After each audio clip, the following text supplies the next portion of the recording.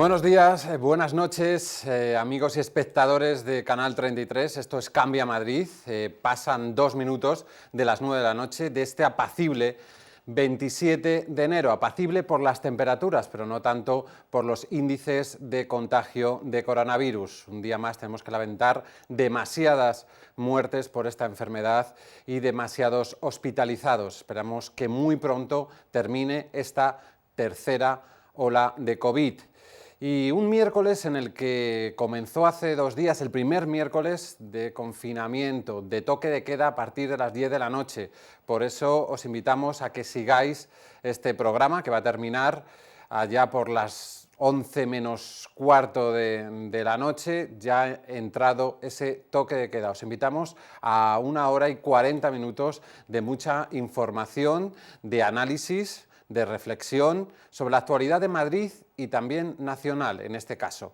Hablaremos al principio del programa con el delegado concejal de Desarrollo Urbano del Ayuntamiento de Madrid, con Mariano Fuentes. Hablaremos de actualidad, de esa explosión que hace tan solo 7 días sacudió el barrio de La Latina de Madrid, de la calle Toledo. Hablaremos de las novedades en cuanto al regreso de los vecinos más afectados por esta deflagración de gas y de los trabajos de derrumbe del edificio. Luego pasaremos a un debate nacional muy interesante. Estarán 2 diputados en el Congreso aquí sentados. Tendremos a Juan Churalde, de Unidas Podemos, y aquí el otro lado de la mesa a Edu Carazo, del Partido Popular. Hablaremos de asuntos nacionales como el relevo del ministro Illa, de las elecciones inminentes en Cataluña, también de ese proceso de vacunación paralizado por la falta de dosis provenientes de las farmacéuticas contratadas por la Unión Europea. Y también hablamos de un tema que interesará mucho a nuestros ciudadanos, el recibo de la luz, que no para de aumentar y que en breves fechas, después de la que ha caído con Filomena, aunque ahora estemos con una temperatura agradable, a final de mes tendremos muy seguramente un susto en nuestros recibos cuando llegue esa factura de la luz. Hablaremos con los diputados qué manera tienen ellos como representantes políticos de cambiar esa situación, de poder reducir esa factura. Y por último, también de actualidad madrileña, entrevistaremos a Juan Bárcena, de Ecologistas en Acción. ¿Por qué? Porque hace muy pocos días han presentado un estudio elaborado sobre los contaminantes más destacados en la ciudad de Madrid en 2020. Comprobaremos que a pesar del confinamiento, a pesar de la reducción de la movilidad de Madrid, es verdad que ha caído la contaminación, esos índices de polución en la capital, pero todavía seguimos rebasando la normativa europea. Hablaremos de este tema con él, también del arbolado, de ese debate abierto sobre los ejemplares que se tienen que plantar a partir de ahora en Madrid para que no vuelvan a caer en tan número como tras esa borrasca, tras esa gran nevada de principios de enero. Todo un plato, una cena con ustedes con tantísimos ingredientes, aquí en Cambia Madrid de Canal 33. Y sin más dilación, vamos a empezar ya porque tenemos al otro lado de la pantalla en estos encuentros telemáticos de la era COVID al concejal delegado de Desarrollo Urbano del Ayuntamiento de Madrid, el concejal de Ciudadanos, Mariano Fuentes. Muy buenas noches y le agradezco que esté aquí con nosotros y con todos los espectadores de Canal 33. Muy buenas noches a todos y, por supuesto, un placer acompañaros en esta noche. Hoy ha estado precisamente allí, como avanzábamos al inicio, en la calle Toledo, con los técnicos de edificación del ayuntamiento, con los bomberos que quedan, con los policías. ¿Cómo está el edificio? ¿Tenemos noticias nuevas sobre el derribo del mismo? Sí, por supuesto. Hemos tenido una reunión de coordinación con todos los equipos que allí están trabajando a día de hoy. Son buenas noticias dentro de la desgracia que ocurrió la pasada semana, pero sí que es cierto que buenas noticias con respecto a la evaluación de los distintos trabajos que ha asumido el ayuntamiento. Por una parte, hemos podido comprobar cómo se han finalizado los trabajos de demolición de la planta séptima, que es el casetón, y de la planta sexta, y se han comprobado por parte de los servicios técnicos municipales que no será necesario continuar con ese proceso de demolición, es decir, parará la demolición en el techo de la planta quinta. Eso es una buena noticia y a partir de entonces nuestro objetivo es terminar de eliminar todo el escombro procedente de esa demolición que hemos realizado y daremos paso a la propiedad para que analice y estime los costes de qué es mejor, si volver a rehacer el edificio en su totalidad o partir de esa planta quinta hasta terminar a la planta séptima. Entonces, Por otro lado, ¿podemos llegar a la deducción de que la explosión no fue tan grave como en principio parecía? Porque solo han tenido los técnicos que derribar esas dos plantas. Y también aprovecho para preguntarle, ¿cree usted que es mejor rehabilitar el edificio o es mejor derribarlo totalmente? bueno, la deflagración ha sido brutal. Sí, sí, bueno, Pero las el imágenes lo vimos, edificio, pero parece que el pero edificio, parece que el planta edificio quinta, era planta más cuarta. fuerte, ¿no? Era fuerte. Sí, no. Lo que sí hemos podido comprobar que todos los elementos de albañilería, todo eso, hay que eliminarlo completamente, hay que Claro. dejar el esqueleto del edificio y volverlo a rehacer. Lo que sí estaba más afectado eran las últimas plantas del edificio y, por tanto, porque también tenían otro sistema constructivo distinto que a la planta quinta y, por tanto, no es que fueran más frágiles ni más débiles, pero sí tenían otra composición y esta deflagración pues les ha afectado más. Eso es lo que han estimado los servicios técnicos y a partir de ahí, como bien me pregunta, pues esto es una cuestión de costes. De Ajá. costes, de valoración económica, de lo que si a la propiedad le beneficia más, pues si quiere cambiar el modelo del edificio y quiere hacer una cosa más moderna, pues evidentemente tendrá que partir de cero y si lo que le vale es continuar con la disposición actual de pilares, vigas y composición general del edificio, pues entendemos que tirará para arriba desde la planta quinta y terminará. Ajá. Pero es una cuestión básicamente de costes que tiene que asumir la propiedad. Ustedes, para entendernos, el viernes hablan con la propiedad y le dejan el edificio. Han realizado su trabajo y ahora serán ellos los que a través de una empresa o lo que decidan tirarlo, rehabilitarlo, ¿no? También van a hablar con ellos de otros asuntos, del tema del origen del incendio. Sé que no es su competencia, pero ¿se sabe algo más que hace 7 días del origen de la deflagración? Claro, el tema es que una vez que se producen víctimas en un siniestro de estas características, entra Policía Científica de Policía Nacional y a partir de ahí asumen la investigación del suceso, Bomberos se retira, Policía Municipal se retira y nosotros no participamos, solo únicamente en el caso de encontrar pues algún elemento, algún trozo de caldera o algún elemento que nosotros podamos considerar que es necesario que ellos conozcan para continuar con la investigación, se para el tajo de la obra, llega la policía científica, analiza lo encontrado y nos permiten luego a posteriori continuar con los trabajos. Es decir, nosotros con la causa estamos completamente desligados, puesto que eso directamente se lo dejamos a la policía científica. Otra buena noticia es que los vecinos que todavía no habían podido regresar a sus casas, creo que hoy en su totalidad, confírmeme, delegado, van a poder dormir en ellas, ¿no? Así es. Para nosotros la principal preocupación, además de garantizar la seguridad y la estabilidad del edificio, por supuesto, pero la principal preocupación era que estas familias pudieran volver a sus domicilios y que volvieran además en las adecuadas condiciones de seguridad y garantizar la habitabilidad dentro de lo que cabe de lo sufrido en cada una de sus viviendas. Y así es, hemos terminado todos los trabajos también de reforma que había que realizar en la calle Toledo 102, que era el edificio de viviendas que se encontraba afectado. 16 familias estaban alojadas en un hotel, todo ello a través de SAMU Social y a partir de hoy pues podrán dormir en sus casas y evidentemente durante la tarde-noche entendemos también que tendrán ya a disposición el suministro de gas, puesto que la compañía suministradora así lo hemos acordado con ellos en la mañana de hoy. Tras lo sucedido, lo que estamos viendo en esas imágenes dramáticas, muchos madrileños nos hemos preguntado si nos puede tocar a nosotros, si hay alguna manera de evitar este tipo de explosiones que cada cierto tiempo, años afortunadamente, se producen en ciudades como Madrid. Bueno, tenemos que entender que pues que este tipo de siniestros ocurren, como bien acabas de decir, durante muchísimo tiempo. La probabilidad de que ocurra es mínima, puesto que todas las calderas tienen unos sistemas muy potentes en cuanto a nivel de seguridad, de válvulas de corte y que no ocurra ninguna cosa, y además son revisadas cada 2 años, que tienen que pasar una inspección autorizada por la Comunidad de Madrid. Es decir, yo creo que esto es un suceso puntual, nada lógico, y que habrá que analizar muy bien las causas del suceso. Cambiando de tema, de competencias, delegado, ayer el Pleno aprobó la reforma del reglamento de la Empresa Municipal de la Vivienda y el Suelo de Madrid con el objetivo de agilizar las concesiones de estas viviendas y sobre todo de frenar la ocupación que lastra a las viviendas públicas, no solo del Ayuntamiento, sino también de la Comunidad de Madrid. ¿Cuáles son las herramientas que vais a poner en marcha para cumplir estos dos objetivos?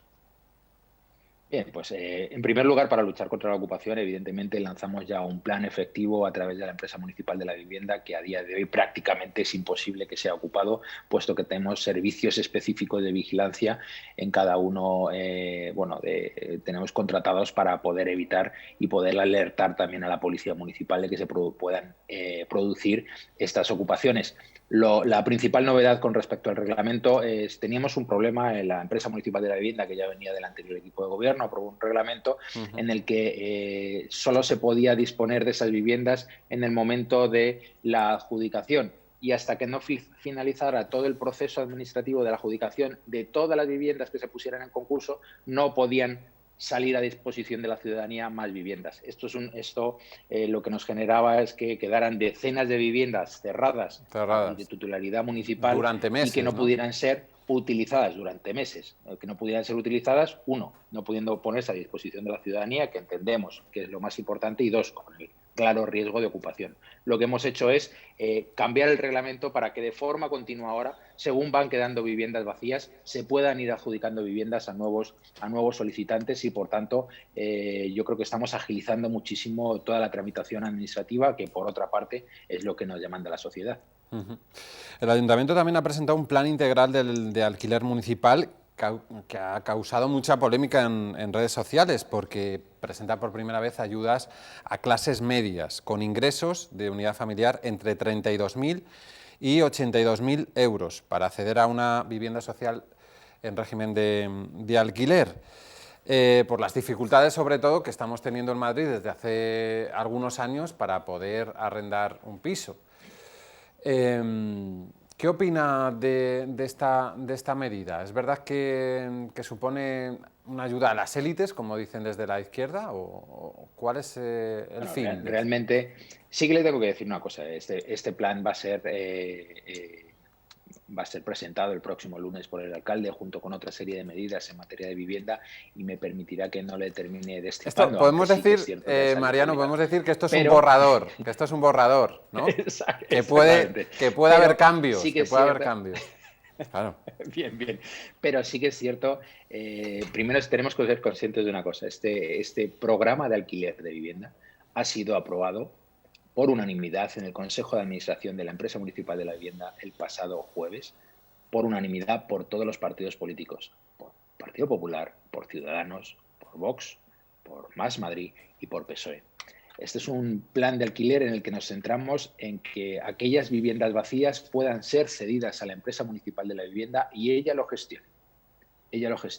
Por un lado, no de la misma manera que están gestionando las viviendas de titularidad propia de la Empresa Municipal de la Vivienda, que ahí sí que van exclusivamente destinadas a familias vulnerables y con determinados grupos de interés que entendemos que tienen que tener prioridad a la hora de obtener una vivienda pública, como por ejemplo menores de 35 años, familias numerosas, mayores de 65 años, personas víctimas de violencia de género, es decir, toda una serie de colectivos que necesitan proveerse de esa vivienda, y además que por sus escasos ingresos económicos no pueden incorporarse a ese mercado del alquiler. ¿Qué es lo que nosotros echábamos en falta? Pues ayudas específicas a esas personas que se quedan siempre en tierra de nadie. En tierra de nadie son una pareja que tiene unos ingresos limitados, que trabajan los dos con ingresos limitados, que tienen un hijo, y siempre por las distintas valoraciones que se realizan, pues bien, se quedan fuera de esa adjudicación de vivienda social y, por otro lado, no pueden incorporarse al mercado del alquiler porque no tienen las garantías suficientes para poderlo hacer. Bien, ¿esto significa que este programa de alquiler significa que se van a dar ayudas al alquiler a cualquier persona en la ciudad de Madrid?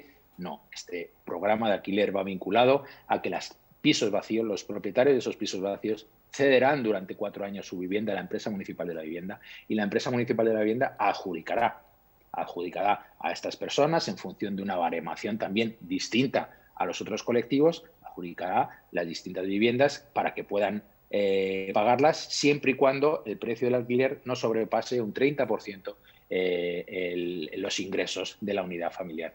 En ningún caso, evidentemente, va dirigido a personas con unos altos ingresos, porque ya le puedo decir yo que así fuera, si así fuera, y ya entrando en ese debate en redes sociales, si así fuera, no creo que todos los grupos políticos que componen el arco del Pleno del Ayuntamiento de Madrid hubieran votado a favor de este plan de vivienda. Bueno, pues estaremos atentos porque es muy interesante el debate que se ha abierto y veremos cómo se concreta, delegado. Cambiando de tema, ¿ya hay un plan, vamos, un balance desde el punto de vista del urbanismo madrileño sobre los daños y consecuencias de la borrasca Filomena? ¿Y en los colegios y escuelas infantiles que dependen del ayuntamiento también los hay, después de habilitarlos en las semanas anteriores para que pudieran regresar a las clases los niños? Y por supuesto, nosotros, coordinado a través de Coordinación General de Alcaldía, evidentemente cuando solicitamos la declaración de Madrid como zona catastrófica, realizamos ya un primer balance el primer martes de la nevada y luego el viernes terminamos de cerrarlo con los daños objetivos que había sufrido la ciudad de Madrid. Desde el punto de vista de la edificación, nosotros nos centramos por ser los competentes en materia de establecer ese riesgo estructural que hayan podido sufrir los edificios, tanto municipales como los edificios de titularidades privadas. Nosotros lo hemos valorado solo el daño estructural en 30 millones de euros. ¿Eso qué significa? Pues que evidentemente eso hay que multiplicarlo luego por 2 o por 3 con respecto a todos los trabajos de albañilería, climatización. Tenéis que tener en cuenta que se nos han caído más de 18 cubiertas, construcciones ligeras en instalaciones deportivas básicas. Se ha producido el desprendimiento y la caída de múltiples marquesinas y elementos en colegios públicos. Es decir, los daños han sido brutales porque no nos hemos enfrentado a una nevada, no nos hemos enfrentado a una helada, nos hemos enfrentado a una catástrofe. Una catástrofe en la que hemos tenido muchísimos daños, en el que el Ayuntamiento de Madrid tiene que asumir ya de inicio unos daños materiales únicos desde el punto de vista estructural de más de 30 millones de euros, en el que además nosotros a través del patrimonio municipal del suelo y también con las plantaciones que estamos realizando de ese gran proyecto que tenemos que es el bosque metropolitano y la renaturalización de distintas parcelas de la ciudad de Madrid, hemos sufrido otros 3 millones de euros en daños en estas parcelas municipales, es decir, solo en urbanismo, solo de lo que estamos hablando de estructuras y edificación y edificaciones deportivas en este caso son 36 millones. Por ejemplo, solo el coste del pavimento, la degradación del pavimento por la nevada suponen 100 millones de euros además para la ciudad, es decir, es un suma y sigue tremendo en el que, bueno, pues que en los próximos años tenemos que hacer frente y sobre todo, bueno, pues en primer lugar, por eso nosotros considerábamos que era tan importante que se declarara la ciudad de Madrid como zona catastrófica. Hablando de ordenación urbanística, han echado a andar el proyecto de los berrocales, que llevaba muchos años paralizado. Y, como no, le tengo que preguntar por Madrid Nuevo Norte. ¿Se han comenzado los trabajos? Vamos, los trabajos, sí, el proyecto en sí, después de también de mucho tiempo en espera. Así es, mira, los trabajos empezaron, y tengo que ser sincero, los trabajos empezaron el primer día que entré por la puerta del área de desarrollo urbano, porque considerábamos que era el proyecto estrella que tiene que tener la ciudad de Madrid, porque es el proyecto en el que todo el mundo, y lo digo así, todo el mundo tiene sus ojos puesto en el proyecto Madrid Nuevo Norte. Es un proyecto anclado y paralizado durante 27 años y en el que nosotros tomamos la decisión, la determinación, que cayera quien cayera, costara lo que costara, había que sacarlo para adelante. ¿En qué fase nos encontramos ahora? Desde el punto de vista de planeamiento urbanístico se encuentra plenamente aprobado, definitivamente aprobado por el Ayuntamiento de Madrid y por la Comunidad de Madrid. Y los siguientes pasos que tenemos que dar, que además lo vamos a dar de forma inmediata, va a ser la firma de un convenio de colaboración Ayuntamiento, Comunidad, Adif y DCN, la empresa privada, para poder iniciar y poder empezar a formarse todas las juntas de compensación y elementos jurídicos necesarios para que esto empiece a andar. Tan es así que en este primer semestre del 2021 ya se inicia el tapado de la losa de la estación de Chamartín, de la guía de estación de Chamartín, que será el futuro gran parque central que va a tener este espacio.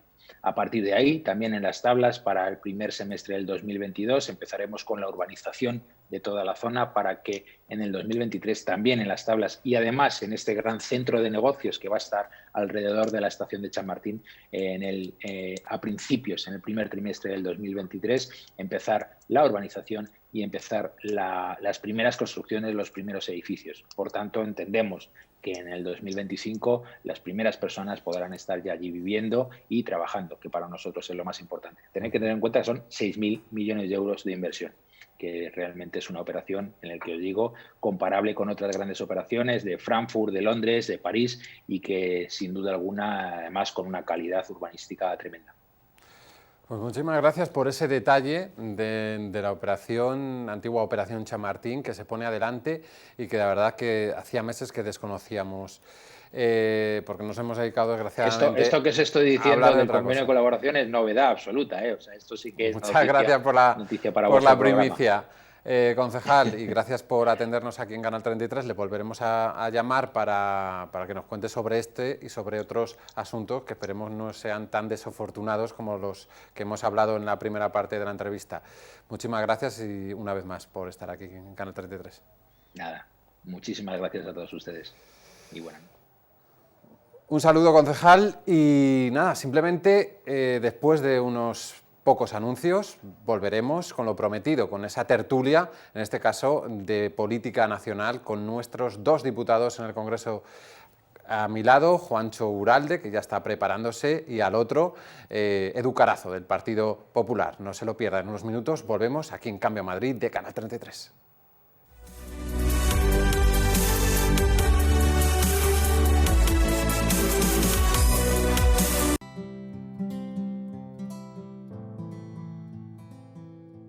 Primero que no tenía piezas, o sea, yo tenía lo central nada más, porque tenía unos implantes que me pusieron en su día, que estaban mal puestos, que me había comido hueso, y luego el miedo, o sea, yo soñaba que se me caía la boca, literalmente, porque como te daba miedo morder, por si se iba alguna pieza, no haber hueso, así llevo muchos años ya, muchos años. Lo que pasa que bueno, no me daban solución, me iba apañando, podía comer, ya empezaba a fallarme lo que tenía aquí, claro. De tanto trabajar en la parte esta, pues igual se estropeó. Y yo además no comía, no masticaba, yo tragaba. Tienes hambre y comes, pero no masticas. Yo no masticaba absolutamente nada la comida. Porque cuando tenía aquí unas cuantas, vale, pero cuando ya no tenía forma. Tenía que comer con el medio y con la parte central. Yo fui preguntando a médicos donde yo vivo, nadie me lo quería hacer, luego uno de ellos sí me lo quería hacer, pero quería hacerme un implante de hueso, entonces tenía que estar casi un año sin boca, yo no quería estar sin boca, entonces empecé a buscar profesionales que trabajen gente sin hueso y encontré al doctor Blanco. Vine, hablé con él, me gustó lo que me expuso y ya que estoy. Y ahora mi experiencia, muy buena. Se lo he dicho antes al doctor, muy buena, una atención muy clara de todo, muy cercana, muy atento, muy cariñoso. Dentro le he dicho que de 10 porque hay que poner un número, pero vamos, yo le pondría un 20. No, muy bien. Si hubiese sido mal lo diría igual, pero es que no ha sido así.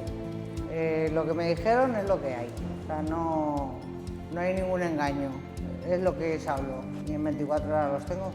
Son los provisionales, luego todo viene a venir, que me quiten los puntos, pero ahora mismo me voy con la boca.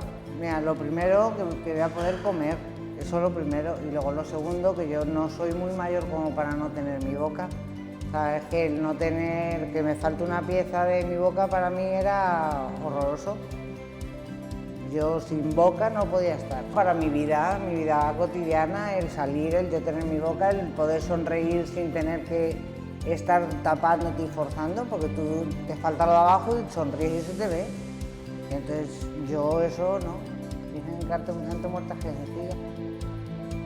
Es que tú sabes lo que es soñar que te levantas con los dientes en la mano. O sea, que te llegue a quitar el sueño de esa manera. Yo, vamos, estoy encantadísima. ¿Tú sabes qué sensación ahora mismo el estar dando diente con diente? Que tengo mis dientes. Me quedó muy bien.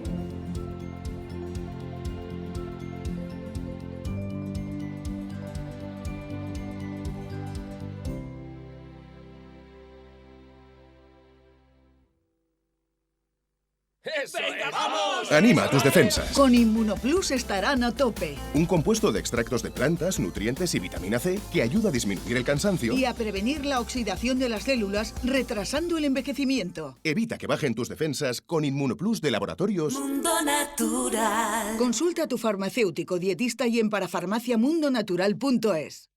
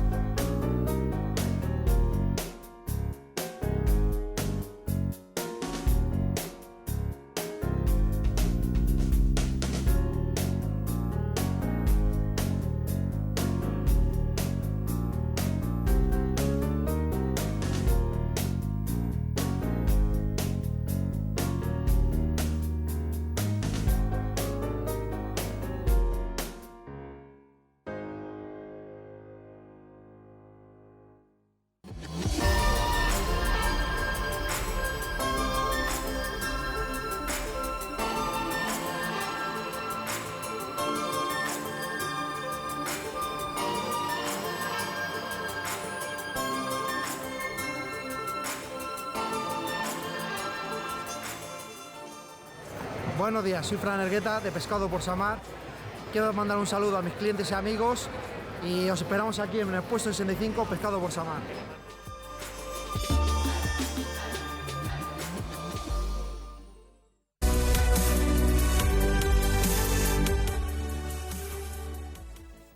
Son las 9:30 de la noche de este miércoles último del mes de enero y sin más dilación me encargo de presentar a nuestros invitados de la tertulia de esta noche. A mi izquierda, a la derecha de sus pantallas, está con nosotros por primera vez en Canal 33 Eduardo Carazo, diputado en el Congreso del Partido Popular. Muy buenas noches, Eduardo. Buenas noches. O Edu, como quieras que te llamemos. Todo el mundo me llama Edu menos... Tu madre. Y tal, o sea que... Vale, pues bueno, Edu, voy sin ningún cambiando, problema, sin Edu, ningún problema. Eduardo, como sea. Y con nosotros un clásico en Canal 33, le agradecemos su presencia nuevamente a Juancho Uralde, diputado de Unidas Podemos en el Congreso. ¿Qué tal estás, Hola, Juancho? muy bien, afortunadamente. Afortunadamente bien, pues eso es de destacar. Y nada, vamos a comenzar esta parte de debate, de análisis sobre actualidad nacional que llevamos aquí a las pantallas de Canal 33 una vez al mes, con la actualidad pura y dura, que es el relevo del ministro de Sanidad hasta ahora, hasta hoy, Salvador Illa, y pues la que ya es la nueva representante de esa cartera, Carolina Darias, antigua ministra de Política Territorial, cuyo cargo ahora recoge pues Miquel Iceta, antiguo candidato del PSC a las elecciones de la Generalitat. Bueno, pues todo un cambio de cromos que me gustaría preguntar a nuestros diputados. Juancho, ¿cómo lo has visto esta pequeña crisis de gobierno? Alguien decía que a lo mejor se iba a caer también Fernando Simón, al final no ha sido así, bueno, hablaban de otros, pero al final se ha ceñido a lo que se ha ceñido. Bueno, yo creo que yo fui de las primeras personas dentro de los partidos que componemos el gobierno que dije que creía que Salvador Illa, en el momento en que decidió, desde mi punto de vista de forma legítima, ser el candidato a las elecciones catalanas, tenía que haber dimitido. Creo que en la situación en la que estamos y con la pandemia en su pico como está ahora, entonces todavía no estaba, pero se veía. En todo caso, en pandemia, pues yo pienso que el ministro o la ministra, en este caso de Sanidad, tiene que estar al 100%, ¿no?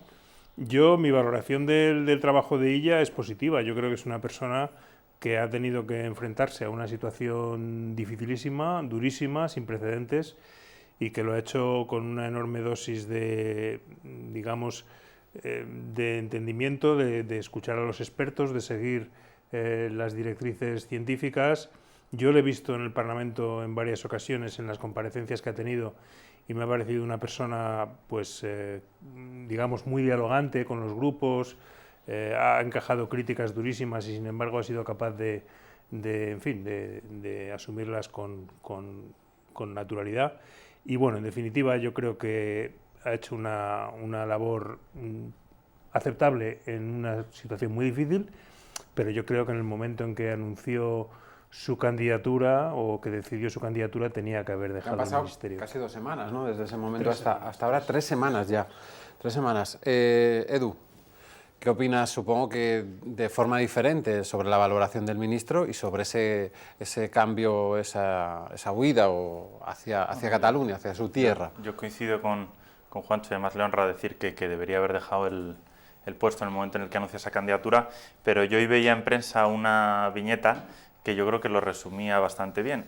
Y ya era el piloto de un avión que va en medio de un vuelo, además es un vuelo complicado, de una borrasca, coge el paracaídas y se tira del avión, ¿no? Pues esto es parecido, ¿no? Yo creo que un ministro precisamente de Sanidad, en medio de una pandemia, además en medio de la tercera ola, con unos datos terribles como los que estamos conociendo en los últimos días, que por un interés electoral, que puede ser legítimo en otro momento, pero yo creo que no, en medio de una pandemia, se baje del gobierno y se vaya a hacer campaña a Cataluña, aunque es verdad que ya, en nuestra opinión, lleva meses de campaña, aunque estuviera físicamente sentado en el Ministerio de Sanidad, yo creo que no es lo suyo, ¿no? Y tampoco es momento, en medio de una pandemia, para jugar al juego de las sillas, ¿no? Y empezar a mover ministros de un lado para otro. Yo creo que lo que se necesita en estos momentos es gente comprometida, como ha dicho el propio Salvador Illa, al 101%, ¿no? Pero si está comprometido al 101% en ser ministro de Sanidad y al 101% en ser candidato a Cataluña durante ya muchas semanas, pues eso suma el 202%, y yo no conozco a ningún ser humano que sea capaz de hacer esto, ¿no? Ni siquiera Superman.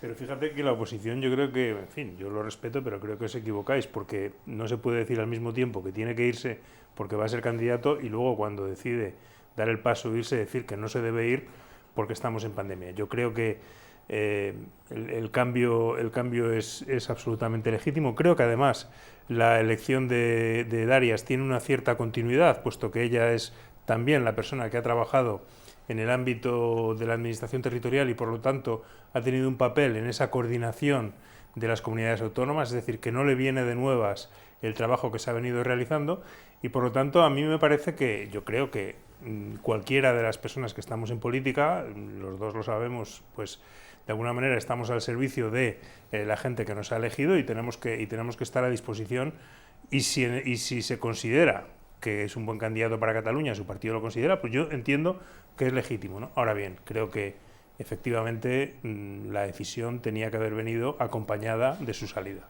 Eso es como... Cuando antes has deslizado que llevaba tiempo ejerciendo de candidato antes de hacerse oficial, ¿a qué te refieres? Bueno, se ha hablado mucho estos días de un concepto acuñado por la factoría Iván Redondo, que es el efecto Illa, ¿no? Y como que había sido una jugada maestra porque había sido una gran sorpresa, ¿no? Bueno, pues si miramos titulares de medios de comunicación, esos medios de comunicación llevan apuntando, en base a fuentes del PSC, que Illa podía ser candidato a la Generalitat, lo llevan diciendo por lo menos desde el mes de junio, es decir, desde hace ya muchos meses, ¿no? Y había ciertas decisiones que tomaba el ministro Illa, por ejemplo, decretar el estado de alarma a la Comunidad de Madrid, intervenir la Comunidad de Madrid con una incidencia acumulada, por cierto, bastante menor a la que tenemos en estos momentos, que nosotros ya apuntábamos a que se estaba haciendo en clave electoral como candidato a las elecciones catalanas, ¿no? Nosotros desde el Partido Popular hemos pedido que dimitiera una vez que le habían hecho candidato, pero también decimos que no debería haber sido candidato y por tanto debería haber afrontado la pandemia con liderazgo, ¿no? Yo creo que llegaron tarde a la pandemia a la primera ola por el 8M, y espero que esta vez no lleguen tarde a la tercera ola por el 14 de febrero por las elecciones de Cataluña. Juancho, ¿da puntos meterse con Madrid, o con la presidenta, mejor dicho, de la Comunidad de Madrid para presentarse como candidato a unas elecciones catalanas? Yo en este caso creo que es al revés. Yo creo que ha sido la presidenta de la Comunidad de Madrid la que ha hecho de la lucha contra la pandemia una bandera política en contra del gobierno sistemáticamente. Es decir, lo hemos visto ayer, diciendo nuevamente que Madrid no va a tomar las medidas y que las tome el gobierno. Es decir, es que tenemos que analizar un poco lo que ha pasado en estos meses y ver cómo en el primer estado de alarma pues la Comunidad de Madrid, y personalizada en Díaz Ayuso, hacía una crítica muy dura contra el gobierno de que nos impide tomar decisiones, nuestras libertades, tal y cual. Bueno, cuando el gobierno deja que sean las comunidades las que asuman el liderazgo, resulta que Madrid también tiene que hacer de esto una causa política. Yo creo que a ella se le puede acusar de muchas cosas, pero no de intolerancia con las comunidades autónomas y en concreto con la Comunidad de Madrid. Es decir, ha sido Díaz Ayuso la que sistemáticamente ha tratado de provocar las crisis con el gobierno para sacar un rédito político de la pandemia. Creo que, personalmente, pienso que eso es intolerable. Me parece que la Comunidad de Madrid ha hecho pues un flaco favor a los ciudadanos y ciudadanas de Madrid, pero no creo que en ningún caso se le pueda acusar a ella, porque creo que en ese sentido, insisto en ello, ha sido una persona enormemente dialogante y eso que es un rival político, es decir, que ahora estamos en elecciones, pero yo creo que hay que reconocerlo, ¿no? Bueno, nosotros lo primero que quiero decir es que desde el Partido Popular le deseamos a la ministra Darias todo el acierto del mundo, ¿no? Y todo el éxito en su gestión, porque yo creo que a todos nos va mucho en que lo haga bien. Ojalá la nueva ministra de Sanidad actúe con acierto y se ataje pronto esta crisis, ¿no? Pero bueno, en el caso de Salvador Illa, ahora se habla mucho de que es muy simpático, pero yo, para gestionar una pandemia, no quiero a alguien que sea muy simpático, quiero a alguien que sea muy eficaz. Y es un ministro que, si hacemos una cronología de lo que ha ido haciendo en los últimos meses, pues primero nos dijeron que esto era una gripe agravada, que no pasaba nada, luego no se quisieron tomar medidas hasta que la Comunidad de Madrid, entre otras y otras gobernadas por el PP, también Castilla y León, también Murcia, también Galicia, empezaron a tomar medidas, y algunas del Partido Socialista también a reclamar esas medidas. Luego nos dijeron que no hacían falta mascarillas, luego resultó que las mascarillas eran fundamentales, luego las FFP2 no había que usarlas, luego sí que había que usarlas, luego el señor Simón hace solo un mes nos dice que la cepa británica pues que iba a ser una cosa marginal, ahora nos dice que va a ser la dominante. Bueno, pues estos vaivenes continuos, yo creo que el balance de gestión del ministro Illa se resume en una frase: no ha sabido ser ministro y no ha sabido dejar de ser ministro. Yo creo que estamos ante una pandemia global y que se ha ido actuando en función de los criterios científicos en la medida en que se ha ido teniendo conocimiento.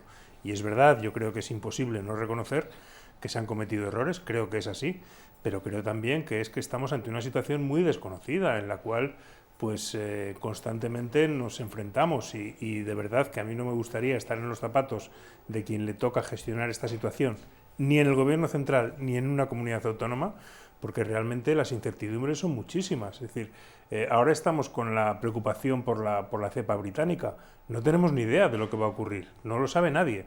Hay una preocupación de decir, bueno, parece que estamos dándole la vuelta a la curva, que está empezando a contenerse, pero ¿qué puede ocurrir con una cepa que nos dicen que es más contagiosa? Y así ha sido constantemente en estos meses. Entonces, yo creo que ante esta situación pues se ha actuado desde el gobierno siguiendo los criterios científicos, siguiendo las indicaciones de epidemiólogos, de médicos, etcétera, y eso es lo que se ha hecho. Por eso yo creo que ella ha hecho un trabajo, como he dicho, pues desde mi punto de vista, aceptable.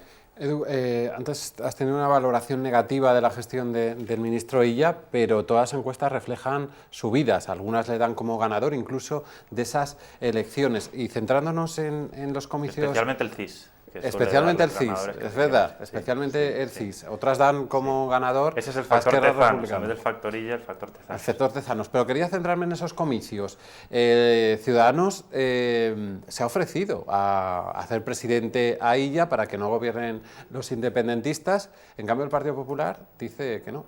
Bueno, lo que ha dicho nuestro candidato, lo que ha dicho Alejandro Fernández, es que nosotros queremos, evidentemente, que haya una mayoría alternativa constitucionalista en Cataluña, en la que puede entrar Ciudadanos, en la que también puede entrar el PSC, pero que habría que pactar un candidato, porque consideramos que Illa, que ha dejado el Ministerio de Sanidad en medio de la pandemia, que ha tenido una gestión francamente mala durante esta pandemia y con todas las dificultades, que evidentemente las hay en gestionar una pandemia, ¿no? Pero decía Juancho que ha utilizado criterios científicos. Bueno, en Castilla y León, que es mi comunidad, tenemos un comité científico, y ocurre en muchas otras comunidades autónomas de todos los signos políticos, en el que se conoce quiénes son las personas que forman ese comité de expertos, mientras que el Gobierno nos enteramos por una respuesta de transparencia que el comité de expertos que nos habían dicho no existe.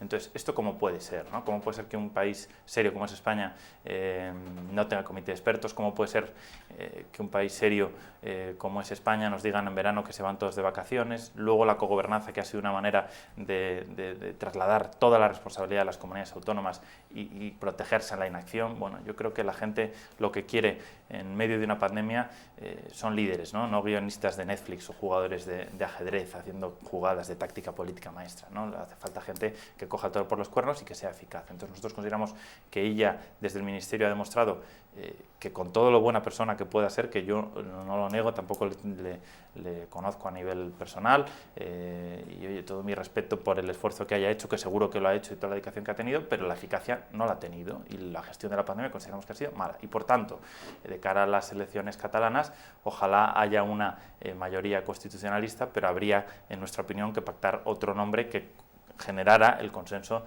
de todas las fuerzas políticas que se oponen al independentismo en Cataluña.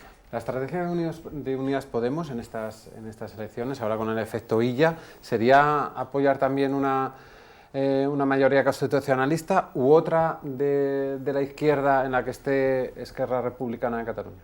No, nuestro objetivo es conseguir ganar, que Cataluña... Empezando por ahí, el objetivo de los comunes será ganar. Bueno, también el objetivo evidentemente es como ganar. Dicen Todo el mundo que sale a ganar, ¿no? Claro. Pero yendo al gobierno que nosotros por el que nosotros trabajamos para Cataluña, es un gobierno de izquierdas, ¿no?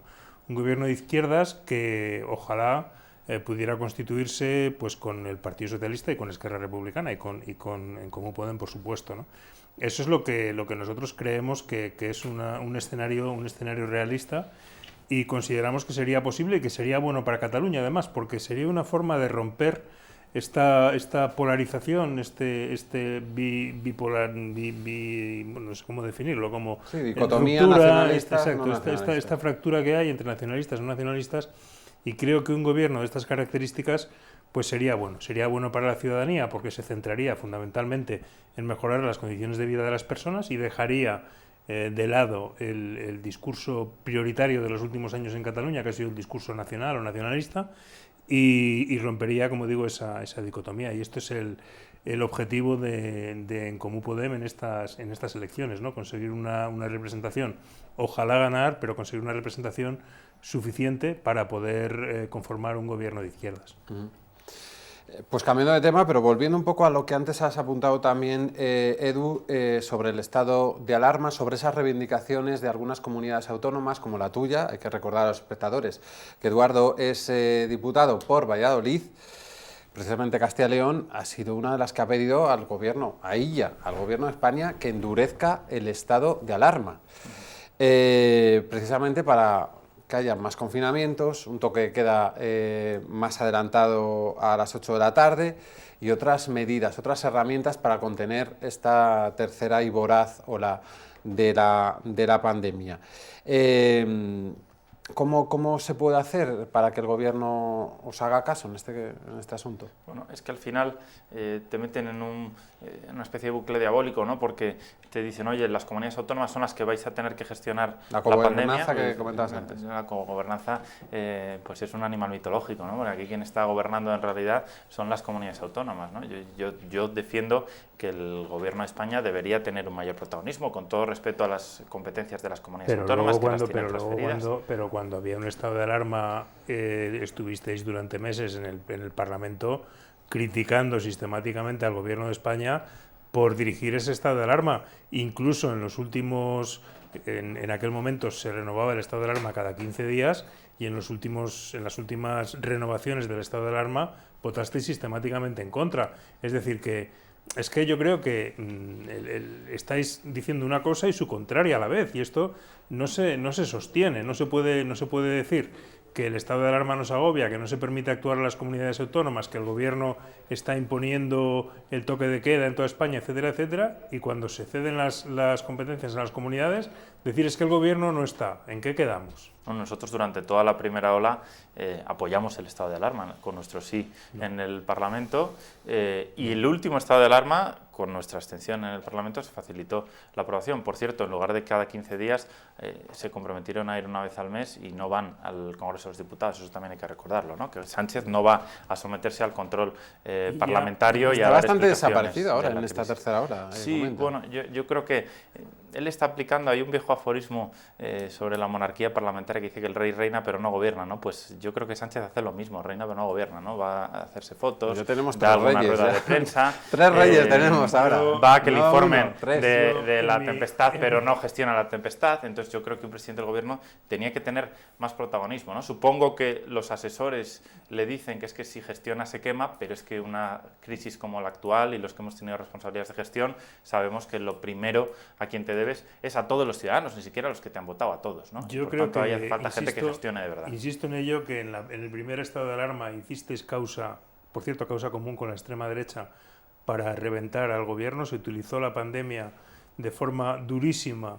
en contra del gobierno, se utilizaron los muertos de forma durísima en contra del gobierno, de una manera, para mí, absolutamente inaceptable, y creo que el gobierno y Pedro Sánchez daba la cara sistemáticamente, si no recuerdo mal, todas las semanas como mínimo, todos los domingos, y entonces acusabais de que era Aló Sánchez, no sé cuántos, no sé qué. Claro. Es que no se puede decir una cosa y su contraria.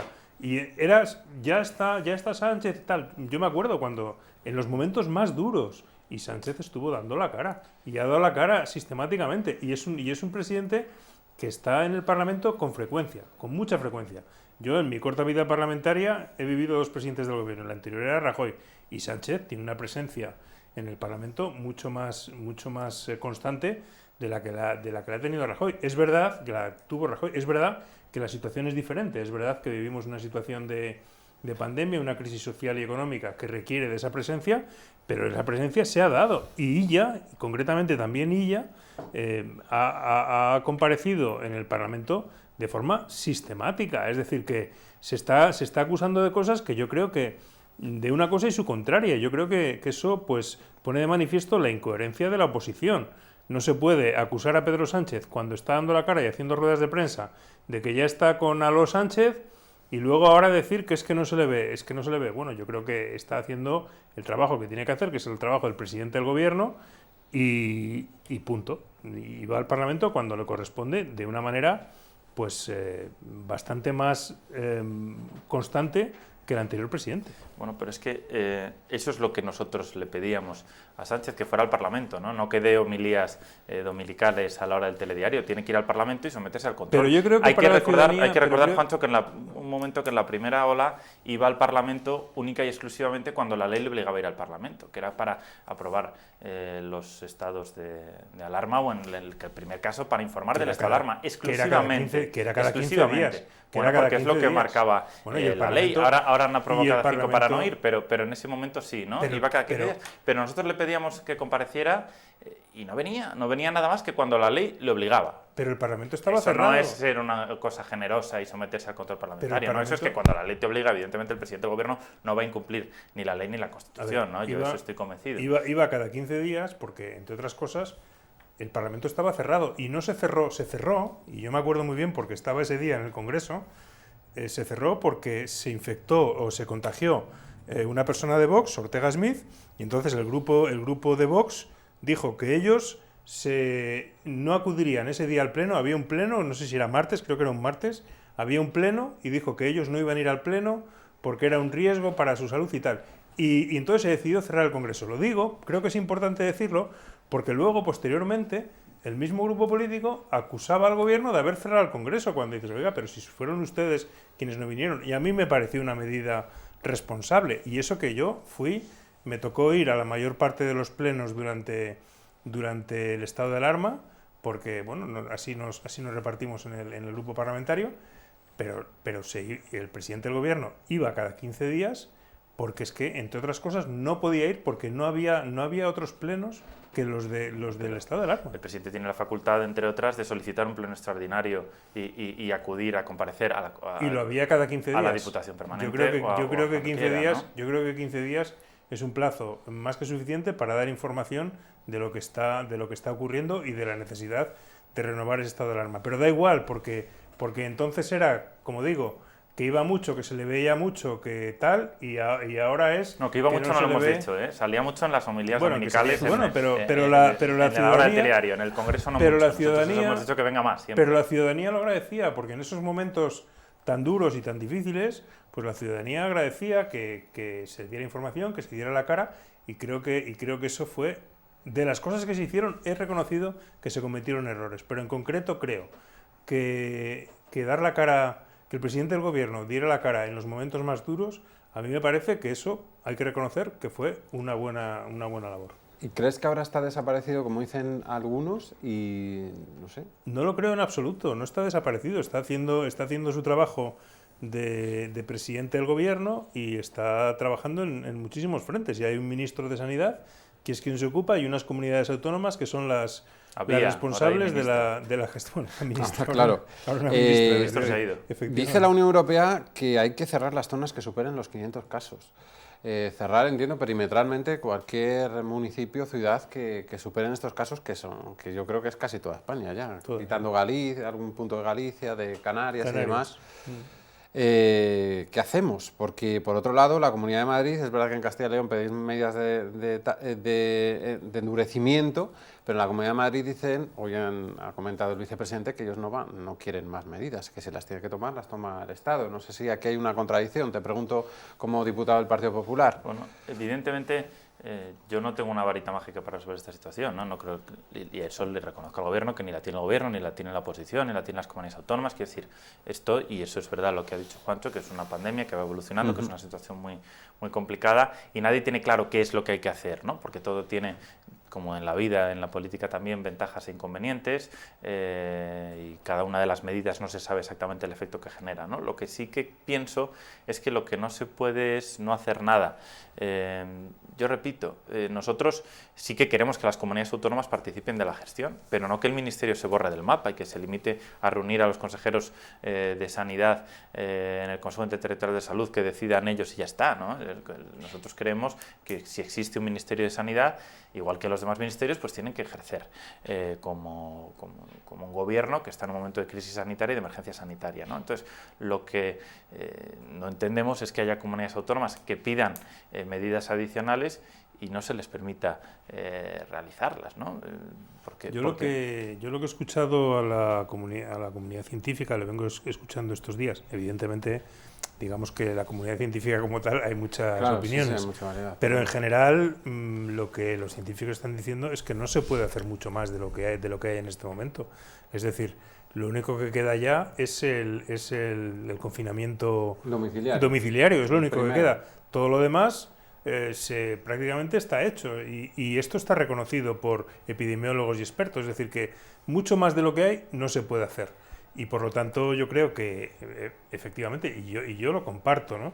Creo que es razonable ver si al límite que hemos llegado, tomando todas las medidas que se han tomado, se puede contener el crecimiento y se consigue que baje, también con la responsabilidad personal, pues creo que es deseable, que es preferible, porque creo que el confinamiento en los hogares es verdad que ha demostrado ser efectivo, pero es durísimo. Y llevamos ya mucho tiempo y la gente, yo lo veo en mi casa, incluso, joder, es que tus propios hijos te dicen, es que qué perspectivas hay, quiero decir que realmente la situación es muy dura y a mí me parece a mí me parece razonable, es decir, hemos llegado hasta aquí, hemos tomado todas las medidas posibles, vamos a ver si estas medidas nos dan resultado y evitamos el confinamiento. Se hizo también así en octubre y afortunadamente pues se consiguió reducir la segunda ola. ¿Creéis que está funcionando el cierre de bares en muchos puntos de España casi prácticamente o solo abren por la mañana? Bueno, nosotros hemos tenido y tenemos ahora mismo cerrados los interiores de los establecimientos de hostelería. Yo lo que he dicho y sigo diciendo es que en el caso de que se tome la decisión de cerrar esos establecimientos, tiene que haber ayudas directas para el sector por parte de todas las administraciones, de la local, de la autonómica y del Gobierno de España, ¿no? Yo creo que esto es importante, ¿no? Yo creo que ahí Madrid ha hecho una apuesta valiente, y no es mi comunidad, pero lo digo, por apoyar al sector de la hostelería, mantenerlo abierto y al mismo tiempo ir tomando medidas que en la segunda ola, por ejemplo, fueron muy eficaces. Entonces, bueno, yo creo que, repito, no creo que haya certezas respecto a ninguna medida, y eso hay que reconocerlo, que es una situación de una incertidumbre muy importante, pero bueno, en el caso de que se opte por esos cierres, es un sector además que está conformado principalmente por pequeñas y medianas empresas, por un dueño de un bar o de un restaurante que tiene contratados pues 2 o 3 camareros, y yo creo que es importante que en el caso de que por la situación sanitaria no quede más remedio que limitarles el horario, que cerrarles, pues que haya ayudas para esos sectores. A mí me gustaría que hubiera estudios verdaderamente serios sobre dónde se están produciendo los contagios, porque yo los echo de menos, ¿no? Es decir, por ejemplo, el sector cultural, pues creo que está pagando de forma injusta, porque lo que yo escucho, y entiendo que será cierto, es que, por ejemplo, no se producen contagios en los cines ni en los teatros, ¿no?, por las medidas de seguridad que se han tomado. Si eso es así, entiendo que no debería cerrarse, ¿no? Desconozco si realmente los bares son tan centros de contagio como se dice, ¿no? Lo desconozco, ¿no? Pero en todo caso estoy de acuerdo con que cualquier medida que se tome tiene que venir acompañada de ayudas directas al sector afectado, ¿no? Porque realmente hay muchísima gente que depende en su día a día de estas ayudas, si no se pueden abrir sus negocios. Creo que el Gobierno ha hecho un esfuerzo con los ERTEs, con las ayudas sociales, con el ingreso mínimo vital. Creo que se está actuando y se está de alguna manera desarrollando una red social que está impidiendo que el daño económico en el corto plazo sea mucho mayor, pero no cabe duda que el impacto económico de lo que está pasando es muy grande, ¿no? Y a mí a veces, cuando se habla de la crisis económica, también creo que se echa de menos el que se reconozca que hay una pandemia. Es que a veces parece que el Gobierno ha creado 500.000 parados más, ¿no? Perdona, no los ha creado el Gobierno, los ha creado una situación derivada de la pandemia. Vamos a cambiar de tema, a hablar de otra pata de esta pandemia, que es la vacunación y la polémica generada en torno a determinadas autoridades políticas y militares que se han vacunado, al parecer, saltándose el protocolo. ¿Qué opinas, Edu? Porque ha afectado a varios dirigentes de tu partido. Tengo por aquí apuntado el consejero de Sanidad de Murcia y también el de Ceuta, no sé si algún alcalde también más o no. ¿Habéis sido ejemplares en este asunto? Bueno, nosotros, los 2 consejeros que dices, y son consejeros autonómicos, han dimitido, ¿no?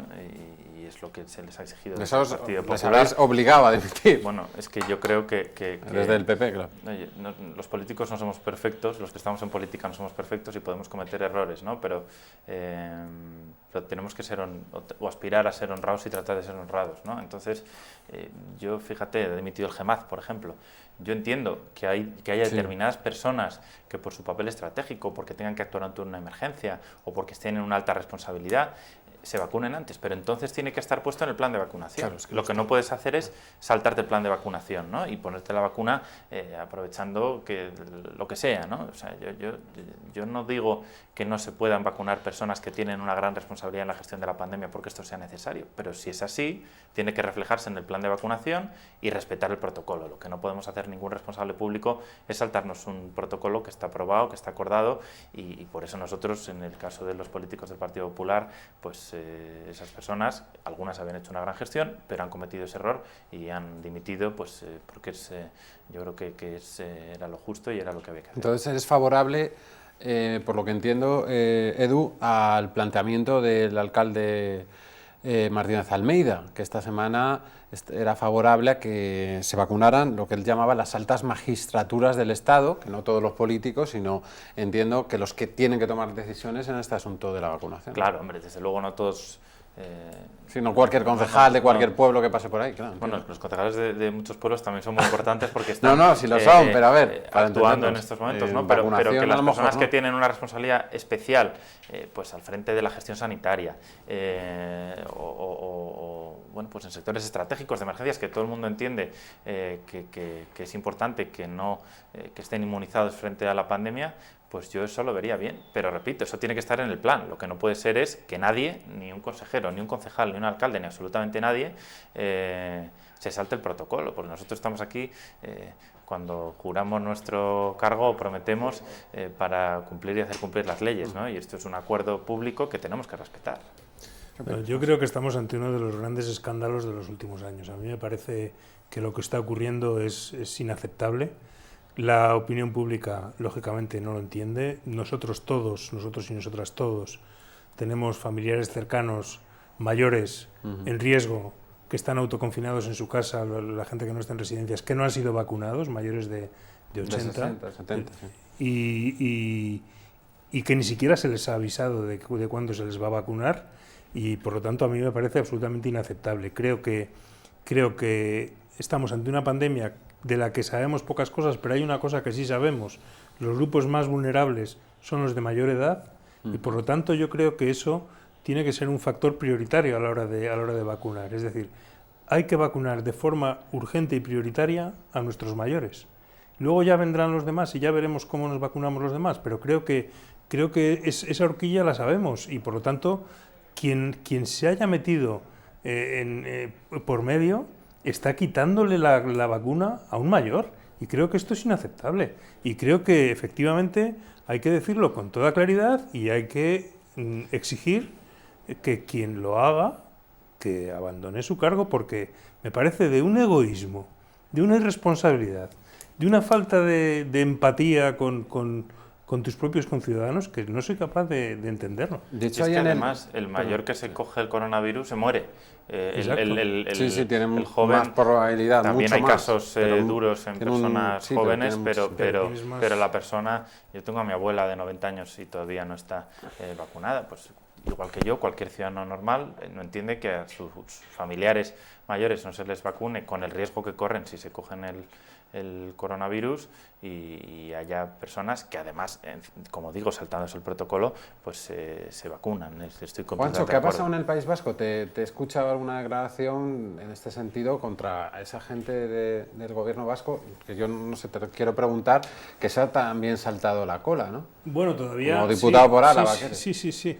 Bueno, efectivamente ha habido dos altos cargos de la sanidad vasca que se ha sabido del PNV, que se ha sabido que se han vacunado, pero empieza a salir información, o ya ha comparecido la consejera del gobierno vasco en el Parlamento, y parece ser, como parece ser en otras comunidades autónomas, que no son solamente los altos cargos los que se vacunan, sino que detrás se vacunan sus equipos y demás.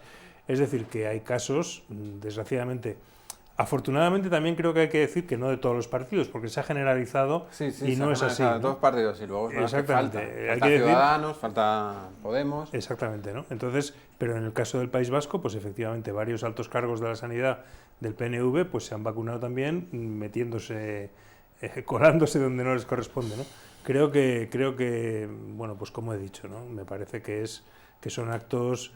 Yo creo que de los mayores escándalos, porque hoy leía yo en algún sitio, y es verdad, que es una forma de corrupción. Es una forma de corrupción porque de alguna manera le está robando esa dosis a otra persona. Lo hemos dicho. Pero se podría cambiar ese protocolo. Es verdad que conocemos pinceladas, líneas y tal, pero no sabemos muy bien cómo funciona. En mi opinión personal, y ya lo he dicho, yo creo que como sabemos que los principales afectados son las personas mayores, creo que lo primero que habría que hacer, por delante de alcaldes, obispos, curas, militares, lo primero, los mayores. Y una vez que no quede ni una persona mayor de, no sé cuál es la edad, que lo digan los científicos, 65, pues a partir de ahí, oye...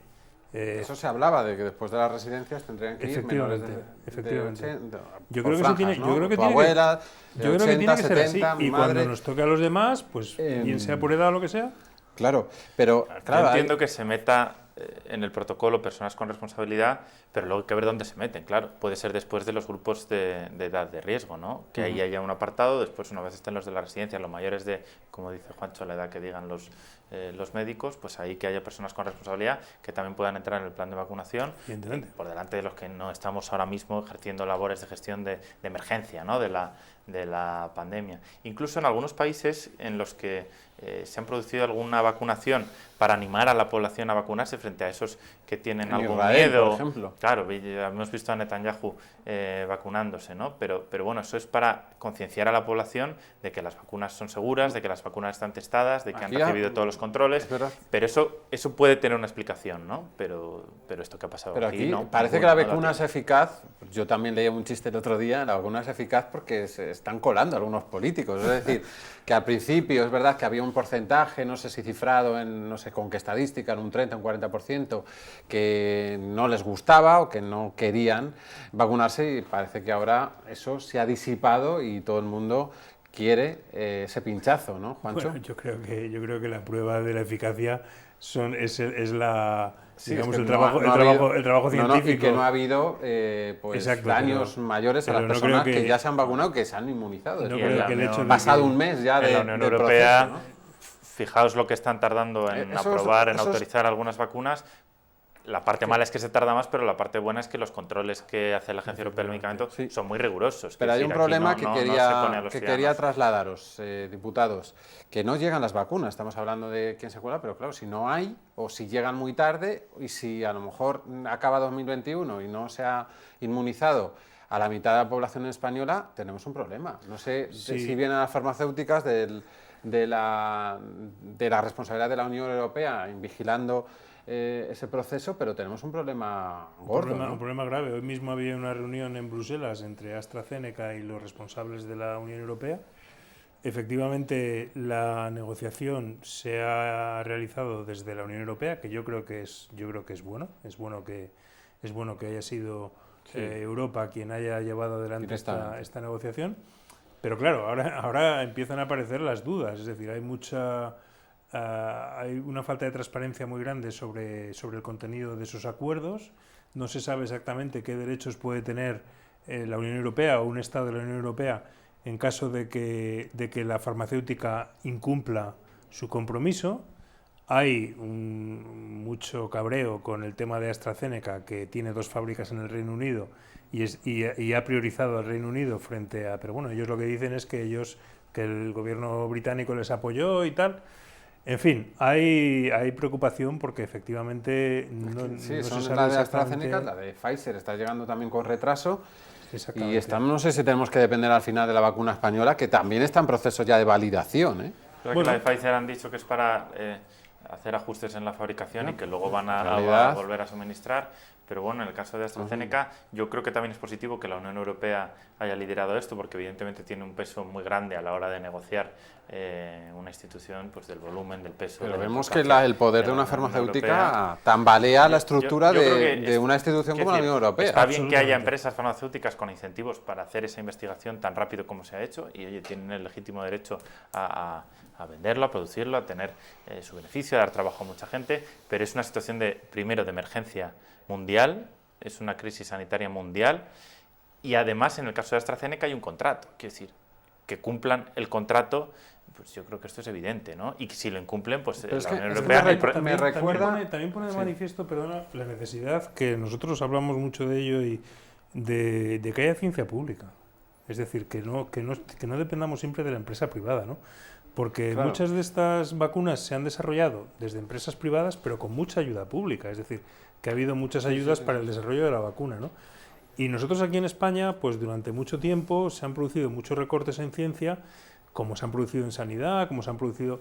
Y yo creo que esto también pone de manifiesto la importancia de tener un sector público también en ciencia que sea capaz. Hablabas de la vacuna española, que sería del CSIC, del Consejo Superior de Investigaciones Científicas, que es público, ¿no? Pues esto nos recuerda la importancia de eso, ¿no? Porque realmente es verdad que al final estamos dependiendo de una negociación con una empresa privada, que al final su objetivo son sus intereses. No solo es llegar a una vacuna, sino que también puedan implementar millones de unidades, que eso no sé si un país como España lo puede hacer. Es que me estaba recordando el caso de la primera ola de la pandemia, de ese punto álgido en el que era una cacería en China y el que pagaba más se llevaba las mascarillas, para entendernos. No sé si ves una cierta derivación de estas farmacéuticas a otros países que paguen más, no sé si Reino Unido o tal, como se está apuntando en algunos medios de comunicación. En el CSIC hay un paisano mío de Valladolid, Mariano Esteban, que es uno de los investigadores más importantes de España y probablemente de Europa, ¿no? Y están investigando esa vacuna. Yo creo que es bueno en un momento de crisis que todos los recursos, tanto los públicos como los privados, se pongan al servicio de la producción de la vacuna, ¿no? Y que haya habido esa colaboración, financiación pública, pero también investigación de instituciones privadas, algunas empresas, pero también de la Universidad de Oxford, que es una universidad privada, ¿no? Entonces, yo creo que esto es positivo. Ahora bien, yo creo que ahí la Unión Europea, que ha firmado unos acuerdos con estas farmacéuticas, pues tiene que exigirles que se cumplan y tomar las medidas oportunas, ¿no? Yo no me atrevo a decir si han desviado o han dejado de desviar. Sí, todavía no lo sabemos, ¿no? Pero me temo que en unas semanas lo podremos saber. Pero si eso ha pasado, pues tendrán que aplicar sanciones, porque, por cierto, algunas de las fábricas de esas vacunas están en el territorio de la Unión Europea. Entonces habrá que tomar medidas, porque yo creo en el libre mercado, pero el libre mercado exige también cumplir las normas, cumplir el contrato. Tenemos derecho a conocer el contenido de esos contratos. Sí, estoy de acuerdo. Sí, claro. Y saber exactamente qué es lo que esas farmacéuticas tienen obligación de hacer o no, porque creo que eso es importante, ¿no? Y hasta qué punto, yo espero que no sea así, ¿no? Espero que realmente no se esté jugando al negocio, como decías antes, como ocurrió con las mascarillas y con los EPIs, el tema del oxígeno, etcétera, sino que realmente pues el desarrollo y la expansión de la vacuna pues vaya al ritmo que todos esperamos y que necesitamos. Tenemos unos minutos para hablar de otro tema que interesa mucho a los ciudadanos, porque llega a final de enero, después de la borrasca Filomena, hemos tenido que poner las calefacciones a tope y nos va a llegar una factura de la luz bastante cuantiosa.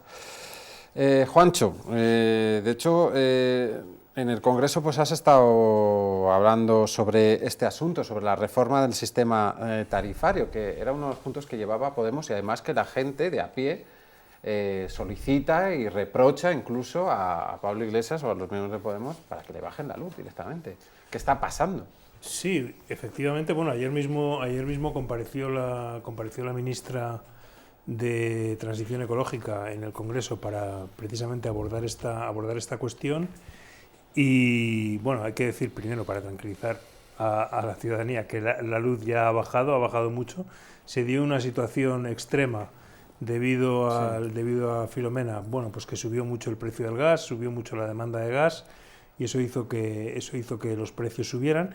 Y ahí hay cuestiones que efectivamente tenemos en el acuerdo de gobierno que nosotros creemos que deben abordarse, que no se están abordando a la velocidad que a nosotros desde Unidas Podemos nos gustaría.